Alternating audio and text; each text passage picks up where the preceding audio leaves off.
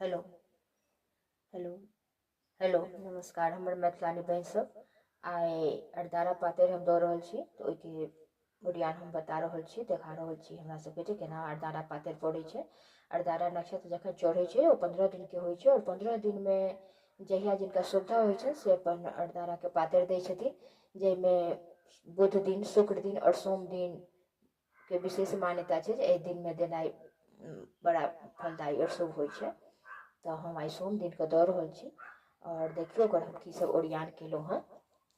ये देखियो में दूध छै, लाबा छै, दूब छै, धान छै, जनेऊ सुपारी छै, लाल रंग के महावीर जी के और पियर रंग के भैरव जी के हमरा जोड़ा छल, तो हम आई 4टा दिलियन हँ, लेना 2टा होइ छै, एकटा महावीर जी के, एकटा भैरव के।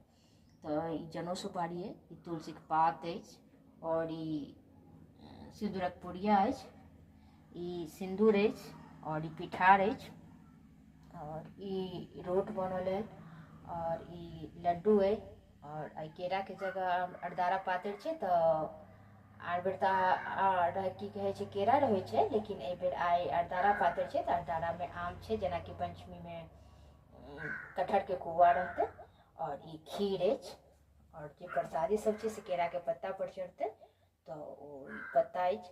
इएह सब अपन सबके ओरियान अछि अरदारा पातरि के।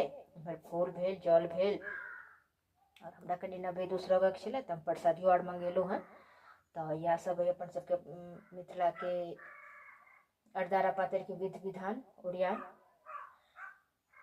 यदि अहाँके नीक लागै तो प्लीज हमरा चैनल के सब्सक्राइब करब, लाइक करब, एक दोसर के शेयर करब।